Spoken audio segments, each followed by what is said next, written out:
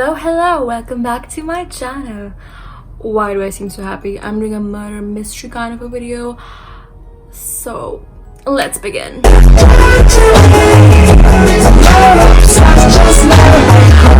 We're going to covering a true crime story about Chris Watts' case. So all the price I'm using will be listed down below. I'm going to be focusing on the story. I can't believe the last time I did a true crime video was like almost 7-8 months ago. But let's begin. Basically, Shanann met Chris Watts after her divorce from her previous marriage. And by that time she was suffering from lupus and she was in a very bad state in her life, as one is when they're going through disease. So she was very fragile at that moment. He was not exactly her type because that's not what she usually went for, and she had her doubts and she tried to push him away, but somehow he stuck around. He found her on Facebook and then they dated for 2 years and ended up getting married. Shanann Watts was part of an MLM, and if you don't know, it's kind of like a pyramid scheme, like Unique, Oriflame, those kind of brands. So she was part of one of those MLM brands, and so basically her entire life was all over her Facebook. She would go live, she had thousands of followers, and this was like not even that long ago. It was like 2017, and they moved to Colorado in USA, in case no one knew. They had a child and they named her Bella, and then they had another one and they named her Celeste. So basically from the outside they had the perfect life. Chris Watts was very introvert and Shanann was very extrovert, very out there, very interacting with her followers, live all over Facebook and selling her products and everything. Like, even though MLM is like fishy, but she was very successful in what she was doing. And while Shanann and Chris sort of maintained that perfect relationship thing online, in real life the neighbors would hear them fighting and arguing, and it was one of those fights that they had. After that she went to visit her family, and at this point she was pregnant with the third child, which is sort of a long time, like 5 weeks away from your husband. She's pregnant herself, she has 2 other kids with her, so she goes up to North Carolina to visit her family. Oh my god, I have something in my eye, it's so annoying, it's so annoying. It's not even eyeshadow, it's god knows what. So she visits her family back home, and during that 5 to 6 weeks period, Chris doesn't really talk to her or his kids. He does what any shitty person does. He starts an affair.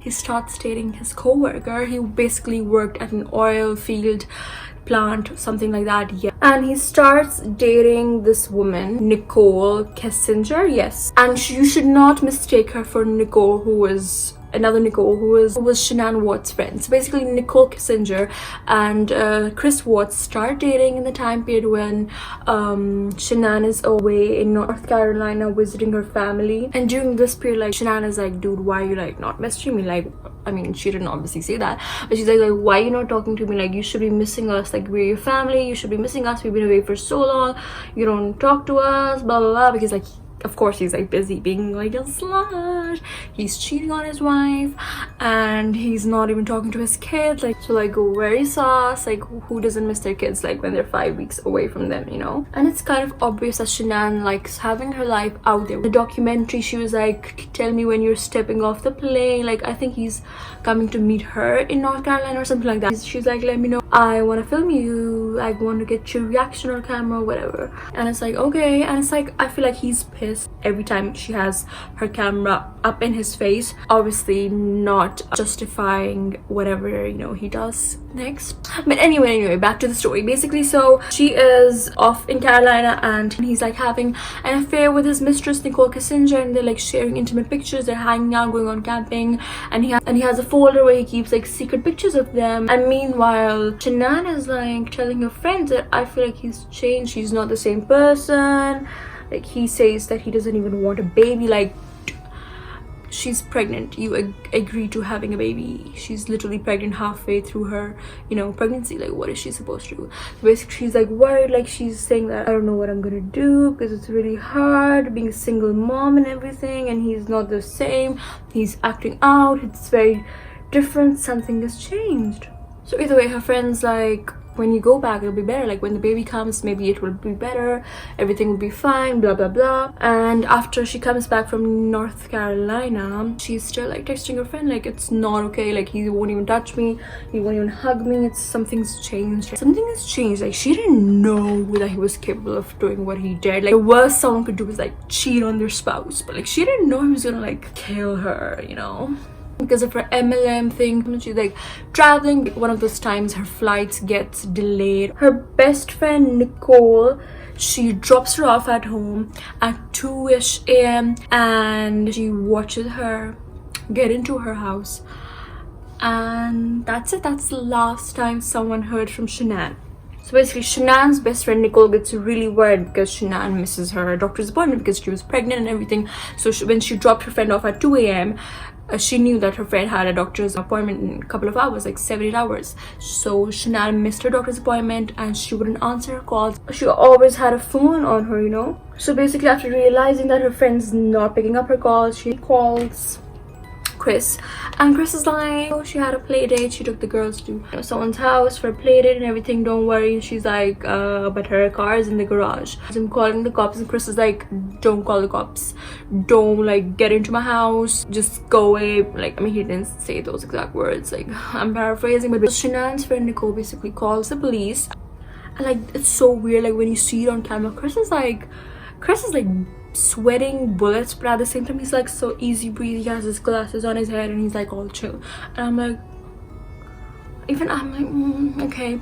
But anyway, he's like so chill. He walks in, he lets the police in, and the house is empty, like no one's in the house. Where's Shanann? Where are the kids? Police then takes him to the station to question Chris further, and then Chris, being the dumbass he is, he agrees to doing a polygraph test to put stuff around you to see if you're lying. And then he horribly fails the polygraph test. The lady's like, Chris, you're lying. And she's like did Shanann kill the kids? Like she's trying to like, you know, bait him, like to see if like he falls for it, and he falls for it. He's like, can I talk to my dad? And then he tells his dad like, wait, let me just put my lash on. And he's like, I want to talk to my dad. And of course, like he knows, Chris knows, like whatever he's saying is being filmed, and he lies to his dad. And he's like, and his dad's like, what happened, Chris? Like what happened?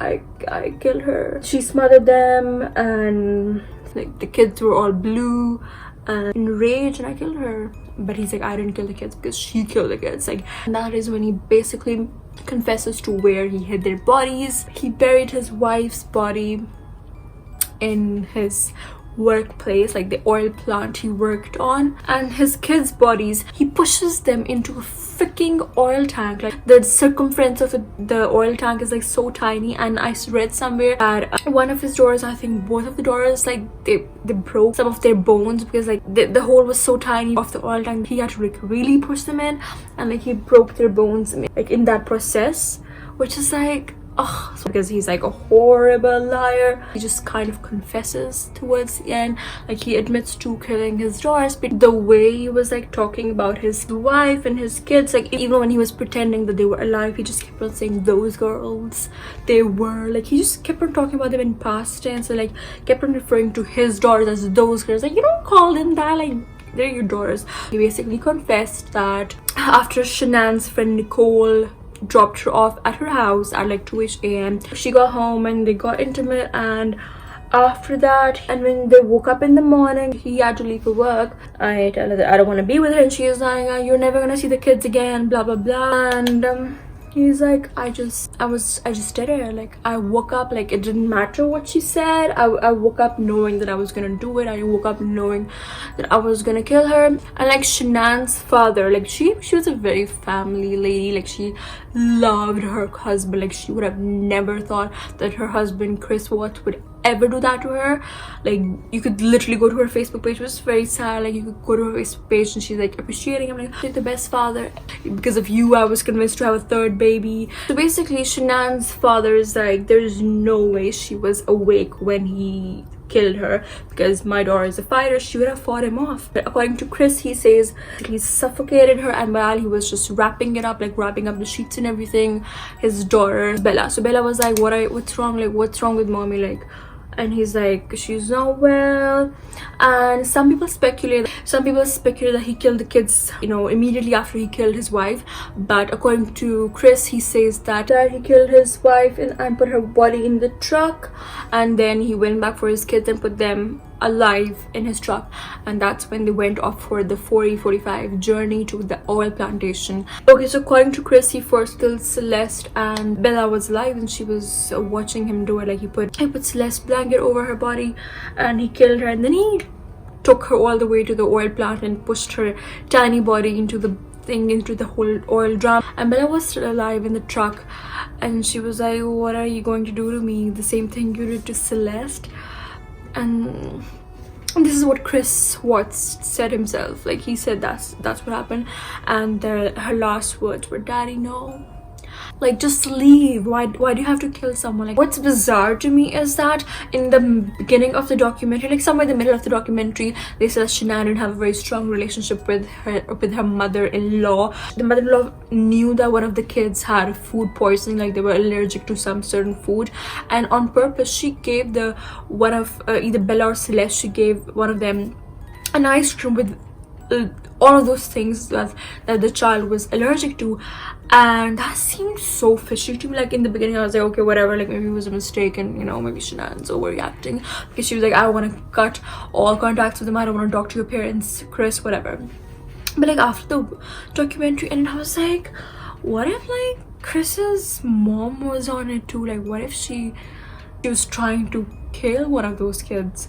Like, because in the end, like when, you know, Chris is like getting sentenced to 5 lifetimes in prison, Chris's dad is there and the mom is like, Chris, we forgive you. And I'm like, are you okay? You forgive him? He literally killed his 3 kids, like 2.5 kids. The third was like, it was like almost like she was gonna deliver, like honestly. But like he killed his wife, and Chris, we forgive you. Like that is just so bizarre to me. So I don't know why, like I haven't seen anyone else mention it, but like it's so weird to me. Like what if the mother was in on it? Like few things that struck me, like hey, what the hell? Like his mistress Nicole Kissinger has searched, man I'm having an affair with, says he'll leave his wife. Like, you know, weird stuff. Like I feel like, you know, what are you guys, like 12 years old? Like who searches stuff like that? And the weird thing is that Chris had searched. How does it feel when you're in love? What does it feel like when someone tells you they love you?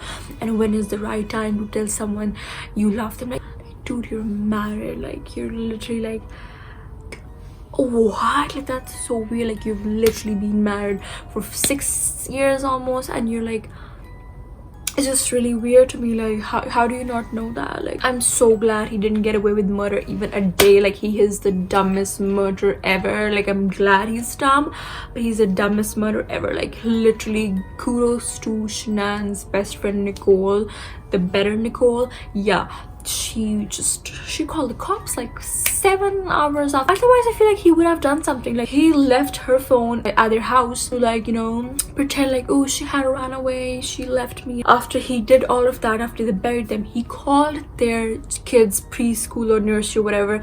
He said that the kids will not be attending school anymore. Like what?